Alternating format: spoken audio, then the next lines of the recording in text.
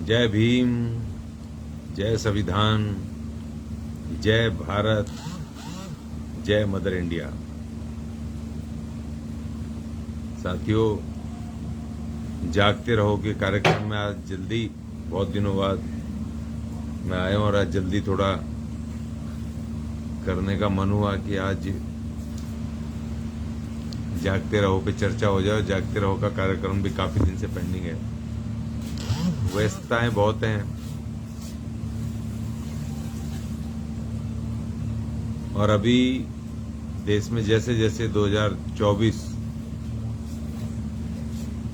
करीब आता जा रहा है वैसे वैसे SC/ST की लीडरशिप में, बहुजनों की लीडरशिप में इस बात को लेकर चिंता हो रही कि भारत के संविधान का क्या होगा, हमारे संविधान का क्या होगा। बाबा साहब ने जितनी मेहनत से, कड़ी मेहनत से एक ऐसा संविधान तमाम नागरिकों को इक्वल न्याय, स्वतंत्रता, समता, बंधुता पर आधारित एक महान संविधान की जो निर्माण किया था, उस संविधान को ये मनुवादी पूरी तरह ध्वस्त करने पर तुले। हमने पिछले 14 मई 2022 से लगातार संविधान चालीसा का कार्यक्रम करके पूरे देश में जन जागरण किया हुआ। संविधान चालीसा की पुस्तकें बांटी और दोबारा बीच बीच में हम लगातार करते रहे और दोबारा से फिर हम संविधान चालीसा को लगातार इलाकों में करने जा रहे हैं। लेकिन हम तो जन जागरण फैला रहे हैं, मगर जहां जहां मैं जाता हूं मगर मुझे महसूस होता है इस बात का कि हमारा जो समाज है, वर्किंग क्लास, जो हमारा मेहनत करने वाला कमेरा वर्ग है हमारे समाज का, वो अभी संविधान से भी और राजनीति से भी अनभिज्ञ लगता है, ऐसा मुझे महसूस होता है।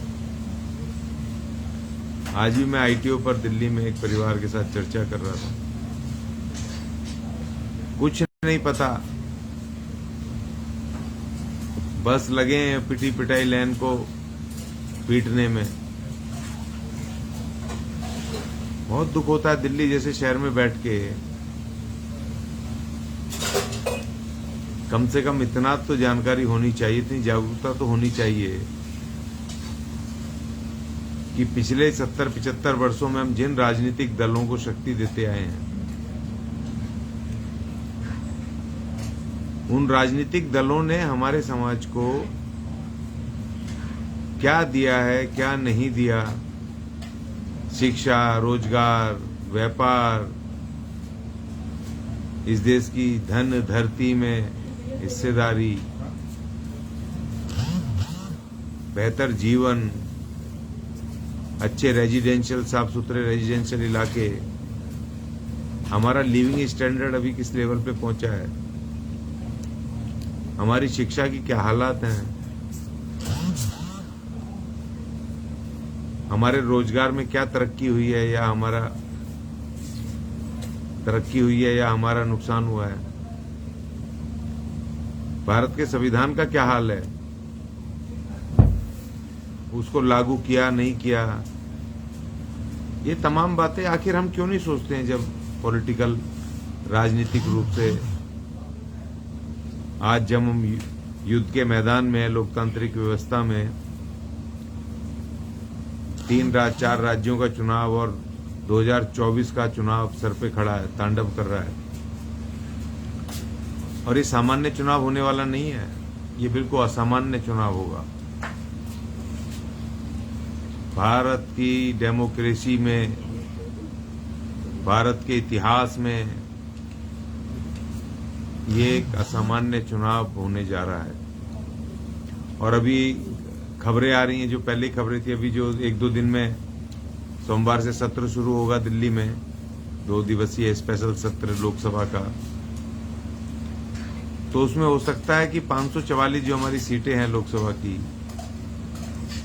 वो 544 से बढ़ा करके 880 88 या 890 के आसपास कर दी जाए,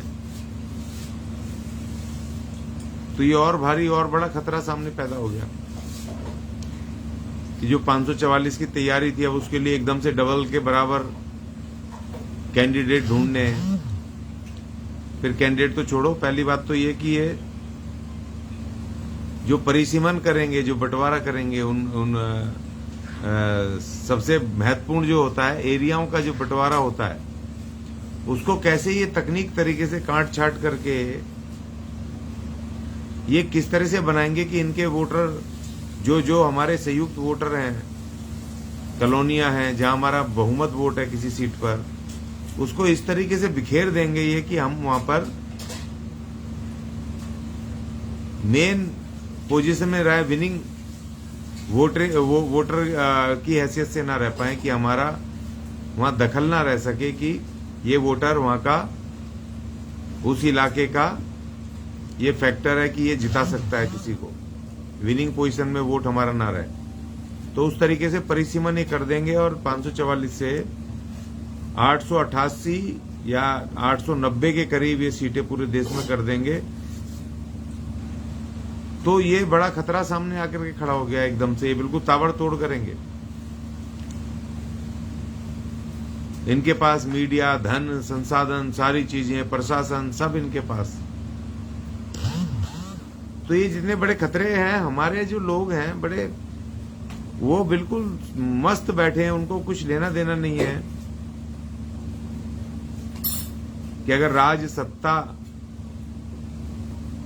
अगर उन्हीं लोगों के पास आ गई जिनके पास है, तो जो तुम्हारा कुछ थोड़ा बहुत है भी संविधान में बचा कुचा, पॉलिटिकल रिजर्वेशन, शैक्षणिक रिजर्वेशन, आर्थिक रिजर्वेशन, इस देश में कुछ हिस्सेदारी उसके रिजर्वेशन के नाम पर है भी, तो कहीं वो भी ना जाती रहे। क्योंकि इन्होंने जो नारे दिए हैं बड़े खतरनाक खतरनाक,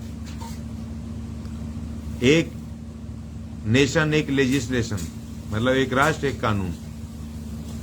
फिर इन्होंने कहा कि एक नेशन एक इलेक्शन, एक राष्ट्र एक चुनाव। फिर इन्होंने कहा एक पृथ्वी एक अर्थ,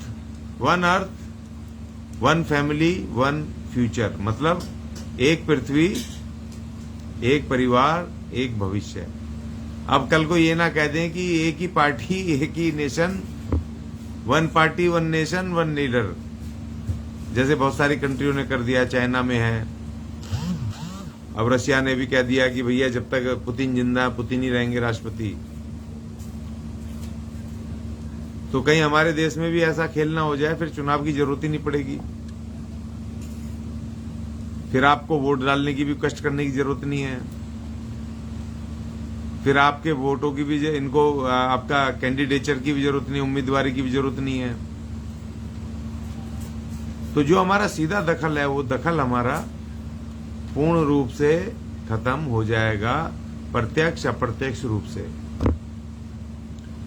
तो अभी भारत के संविधान को जो बचाने की, भारत अर्थात इंडिया के संविधान को बचाने की जो बात है बाबा साहब द्वारा निर्मित, उस संविधान को बचाने के लिए अब हमारे पास एक ही रास्ता है कि हम कुछ राजनीतिक रूप से ऐसा करें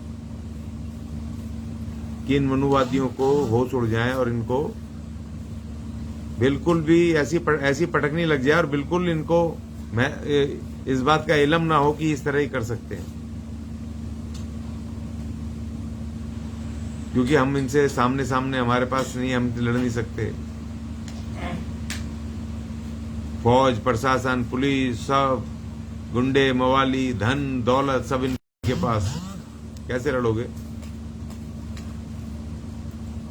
अब तो विदेश में भी हम अपनी अर्जी नहीं लगा सकते। G20 अर्थात 20 बड़े महाशक्ति देश इनसे गले मिल करके जा रहे हैं इस उम्मीद में कि उनके पूंजीपतियों के लिए भारत के रास्ते खुलेंगे, उनके पूंजीपति यहां पर आकर के माल कमा के विदेश ले जाएंगे। तो वो तो अपने नागरिकों की सोचेंगे, हमारी थोड़ी सोचेंगे। अब वो हम अगर उनको कुछ कहेंगे भी भाई हमें बचाओ, तो हमारी थोड़ी सुनेंगे वो किसी भी हालत में। क्योंकि उनको तो भारत को लूटना है। यहाँ उनके पूंजीपति आकर के यहाँ पर फैक्ट्रियां कारखाने लगा करके और ले जाएंगे सारी धन संपदा को लूट लाट करके। तो हम क्या करेंगे? हमारे पास क्या रास्ता है? तो हमारे पास एक ही रास्ता है कि हम इस तरह का एक राजनीतिक दांव चलें कि जो भी मनुवादी पार्टियां हैं, कांग्रेस है, बीजेपी है और दूसरी मनुवादी पार्टियां हैं, इनको ऐसी पटखनी दी जाए वोट के माध्यम से कि इनके होश उड़ जाएं, इनको बिल्कुल होश ना आए। तो इसलिए दोस्तों, मैं इसलिए कह रहा हूं कि आज मुझे कहना पड़ा कि हमने तो संविधान चालीसा का जो पहले कार्यक्रम था उसको दोबारा शुरू किया, मगर राजनीतिक रूप से अब हमारे लोगों को सोचना पड़ेगा। कट्टर मत बनो इन पार्टियों के। अब हमें कुछ ऐसी पार्टी, अपनी तीसरा पक्ष ऐसा खड़ा करना पड़ेगा कि जो उनमें एक भी मनुवादी लीडर ना हो, एक भी मनुवादी पार्टी ना हो। क्योंकि मनुवादी किसी भी हालत में, चाहे वो प्रोग्रेसिव होने का भेष बदल के आ जाए, मगर वो रहेगा अपने विचार का, मनुवाद का ही रहेगा। वो चाहे धीरे धीरे लागू करे, चाहे खुल के लागू करे। तो इसलिए मेरी अपील आपसे ये है कि भाई हमें 2024 के लिए एक ऐसा राजनीतिक रास्ता ढूंढना है कि हमें एक तीसरी महाशक्ति खड़ी करनी है।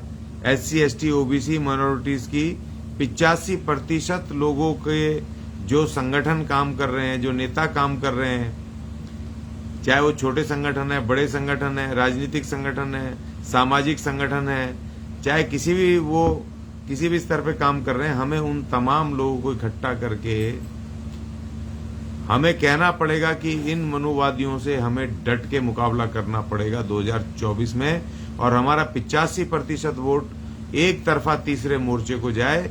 और ये दोनों मनुवादी मोर्चे जो भी अपने आप को NDA से भारत बनाने के चक्कर में है, और एक ने तो अपने को UPA से इंडिया घोषित कर दिया, बना दिया है, तो ये अभी कोशिश कर रहे हैं कि भारत बनाम इंडिया चुनाव को लेकर के जाएं, इस तरह करें। तो हम इस देश के जो SC, ST, OBC माइनॉरिटीज हैं, हम 85% लोग, हम कहां जाएंगे भाई? ये गुमराह करेंगे समाज को पूरी तरह से। तो हमें वो तीसरा मोर्चा बनाना है, क्योंकि मोदी जी ने जब कहा था 2014 में, नारा दिया था इन्होंने, कहीं ये तीसरी शक्ति ना आ जाए, बहुजन समाज के लोग ना आ जाएं सत्ता में। उन्होंने कहा कांग्रेस मुक्त भारत। उस समय कहा बड़े जोर जोर से कि कांग्रेस मुक्त भारत चाहिए। मगर भाई अब 2019 के बाद, और अब इनके मुंह से सुन रहे हो? कोई सुन रहा है कोई बीजेपी के किसी नेता से या RSS के मुंह से कि कांग्रेस मुक्त भारत?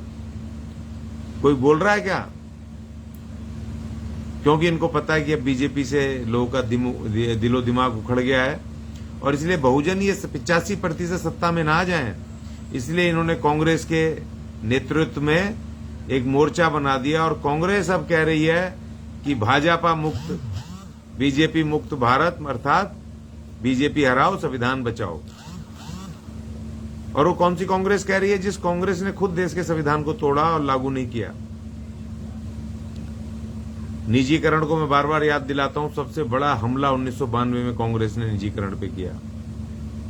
सब बेच दिए, सारे ठेके पे कर दिए, हमारा रिजर्वेशन भी गया, हमारी नौकरियां गई पक्की, हमारा बजट गया, जो हमारी तरक्की हो रही थी, क्योंकि सरकारी नौकरियां पक्की, भले ही 4th क्लास एम्प्लॉयज की हमारे बाप दादाओं की नौकरी थी, मगर उससे एक जॉब सिक्योरिटी सबसे बड़ी चीज, और एक छोटा सा स्टाफ क्वार्टर मिलता था, जिससे कि हमारे बड़े बड़े परिवारों को गांव की जलालत से निकाल करके हमारे पूर्वज, हमारे बाप दादा हमें दिल्ली शहरों में ले आए, मुंबई ले गए, कलकत्ता ले गए, और वहां शहरों में वो छोटी सी नौकरी से, पक्की नौकरी से उन्होंने हमें पढ़ा लिखा दिया, और आज हम परंपरागत पेशों से बाहर आ गए।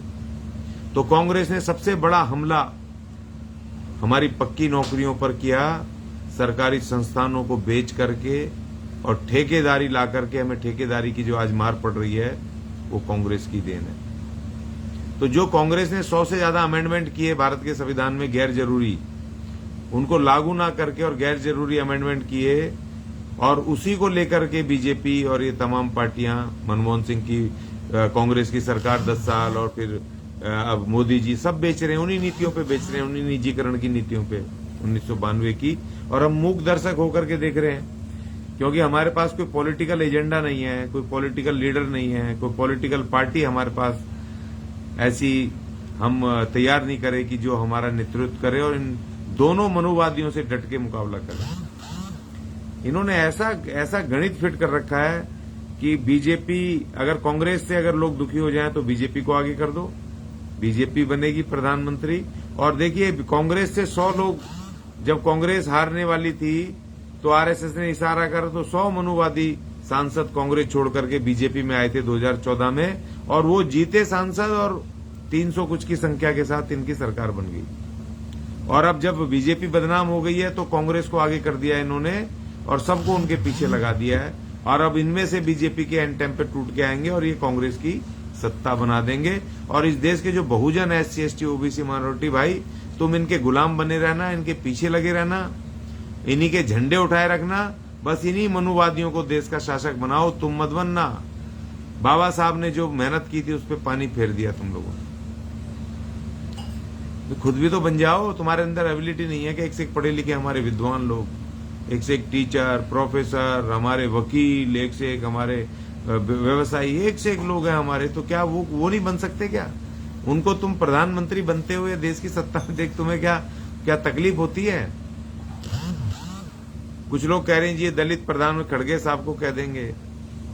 भाई खड़गे साहब को कह दो, बना दोगे तो क्या फर्क पड़ेगा? उससे क्या फर्क पड़ने वाला है? क्योंकि वो राहुल गांधी जी, जब उन्होंने डॉक्टर मनमोहन सिंह को काम नहीं करने दिया, जो दुनिया का विद्वान आदमी, जिसने वर्ल्ड बैंक से लेकर के और तमाम यूनाइटेड नेशन तक जिसने आदमी ने काम किया, इतना विद्वान इकोनॉमिक्स, जॉर्ज शास्त्री, जब उसको राहुल गांधी ने काम नहीं करने दिया, उसके फाड़ दिए पर्चे, तो वो खड़गे साहब को क्या काम करने देगा भाई वो आदमी? अब आप देख लो ना दलितों की हालत, नेताओं की। बीजेपी सरकार ने पिछले टर्म में राष्ट्रपति अपने रामनाथ कोविंद साहब को बनाया। उन्होंने क्या किया जी आपके लिए? क्या इनका वो किया? उल्टा रिजर्वेशन के खिलाफ उनका बयान आया। और अब इनको, बहन जी को देख लो, ये हमारी राष्ट्रपति आदिवासी महिला। अब इनको देख लो, हमारे पास इतनी एट्रोसिटी हो रही है। अब ये हमारी माननीय राष्ट्रपति महोदया जी क्या कर रही हैं? इनको संसद का तक उद्घाटन नहीं करने दिया। G20 में भी इनको ज्यादा लाइमलाइट में लेकर के नहीं है। राष्ट्राध्यक्ष हैं, भारत की राष्ट्राध्यक्ष, प्रधानमंत्री समापन कर रहे हैं। बताओ, हद हो गई। भारत के संविधान में भी, या जो पॉलिटिकल पार्टियों के संविधान होते हैं या संगठन के भी संविधान होते हैं, तो उसमें जो समापन, अध्यक्षता और समापन की जो जिम्मेदारी होती है और अधिकार होता है, वो अध्यक्ष का होता है और राष्ट्रपति अध्यक्ष होता है। कम से कम G20 की उसका समापन तो हमारे माननीय राष्ट्रपति जी से करवा देते, लेकिन तब भी हमारी वो राष्ट्रपति महोदया नहीं बोल रही हैं। तो भाई ऐसे प्रतिनिधियों को, ऐसे नेताओं को आप राष्ट्रपति, प्रधानमंत्री कुछ बना भी दोगे तो हमारे किस काम आएंगे वो? 131 सांसद बैठे हैं संसद में, हम लुट गए। संविधान में हमारा सारा लूट लिया इन्होंने, सब निजी हो रहा है, बिक रहा है, रेल बिक रहा है, बैंक बिक रहे हैं, एयरपोर्ट बिक रहे हैं, स्टेशन बिक रहे हैं, सरकारी नौकरियां जा रही हैं, ठेकेदार खून चूस रहे हैं हमारे लोगों का। 5-5, 10-10 हजार में गधे की तरह 12-12 घंटे, 14-14 घंटे काम कर रहे हैं। शिक्षा हमारी छिन रही है, हमारे लोगों के ऊपर मूता जा रहा है, हमारी बहन बेटियों को निर्वस्त्र करके घुमाया जा रहा है। क्या कर रहे हैं ये नेता, ये 131 और ये हमारे राष्ट्रपति जी और ये तमाम क्या कर रहे हैं भाई ये? तो ऐसे रबर स्टैंप हमारे, चाहे राष्ट्रपति हो चाहे प्रधानमंत्री हो, इन पार्टियों से जो भी हमारा नेता बनेगा, चाहे सांसद बने, विधायक बने, मंत्री बने, प्रधानमंत्री बने, राष्ट्रपति बने, ये जो मनुवादी पार्टियां अगर बनाएंगी किसी को, तो वो रबड़ स्टैंप ही होगा, क्योंकि उसको ये काम नहीं करने देंगे। और ये उनके आका हैं, उनके आज्ञा के बिना काम नहीं करेंगे। किसी भी पॉलिटिकल, ये मनुवादी पार्टियों से अगर आप किसी को बना देते हो तो उसका कोई फायदा नहीं। बहुत सारे देख लिए हमने, बहुत सारे ये गुलाम है। 131 बैठे हैं ना वहां पर, किसी की आवाज आती है? एक की नहीं आती। तो इसलिए हमें तीसरा मोर्चा तैयार करना पड़ेगा, SC ST OBC माइनॉरिटी, जो पूरे देश में मिलकर लड़े, और सैकड़ों संगठन है पूरे राज्यों में। और उसकी अगुवाई, मेरा सुझाव है कि उसकी अगुवाई बीएसपी को करनी चाहिए। आदरणीय बहन कुमारी मायावती उस लड़ाई की, उस संघर्ष की अगुवा के रूप में वो मोर्चा संभालें। वो हमारी सेनापति रहे तीसरे मोर्चे की। और जो पूरे देश में तमाम हमारे SC/ST के संगठन हैं, OBC के संगठन हैं, वो तमाम मिलकर के वो सब एक गठबंधन बनाए, उसमें पिछड़े भी हों, उसमें अल्पसंख्यक मुस्लिम, अपना क्रिश्चियंस, अपने बुद्धिस्ट और ये सारे लोग जो अल्पसंख्यक हैं, ये तमाम लोग, सिख भी रहे जो उनकी पॉलिटिकल पार्टियां हैं, और जितने हमारे संगठन हैं, ट्रेड यूनियन है, वो सब उसमें मिलकर के रहें। और सब भैया अपने अपने राज्यों में मिलकर के सीट बंटवारे कर लो और लड़ो। टोटल वोट हमारा है, 85% वोट हमारा है। वोट हमारा तो नेता भी हमारा, राज भी हमारा, और प्रधानमंत्री भी हमारा, और कैबिनेट भी हमारी। और कैबिनेट जब राष्ट्रपति चुनेगी तो राष्ट्रपति भी हमारा, वो भी काम करेगी पूरी मेहनत से। तो मेरा सुझाव ये, मैंने तो लग गया हूं इसमें। मैं महाराष्ट्र गया था, वहां काफी संगठनों से हमने चर्चा की, बात की, और अपने SC/ST OBC माइनॉरिटी के संगठन इकट्ठे कर लो। बहुत सारे संगठन रजिस्टर्ड हैं, बहुत सारी पार्टियां, क्षेत्रीय पार्टियों से लेकर सब हैं। बीजेपी, कांग्रेस अर्थात मनुवादियों को हराओ और अपनी बहुजन सत्ता को जिताओ, ये मेरा कहना है। और संविधान को बचाओ और भारत अर्थात इंडिया को जिताओ, ये मेरा कहना है। और यही कहने के लिए मैं आया था। जो साथी इससे इत्तेफाक रखते हैं मेरी बातों से, इसको शेयर करें, ज्यादा लोगों तक पहुंचाएं, इसका प्रचार करें अपने अपने राज्यों में, अपने अपने इलाकों में। SC/ST OBC माइनॉरिटी के संगठनों के नेताओं से बात करें। एक बड़ी मीटिंग करेंगे 1-2 महीने में, और सबको बोलेंगे भाई मिल करके बांट लो और लड़ाई के लिए तैयार हो जाओ, डट के लड़ेंगे। और अब हम कह रहे हैं मनुवाद मुक्त भारत अर्थात इंडिया 2024, अब की बार बहुजनों की सरकार। जय भीम, जय संविधान, जय भारत, जय मदर इंडिया।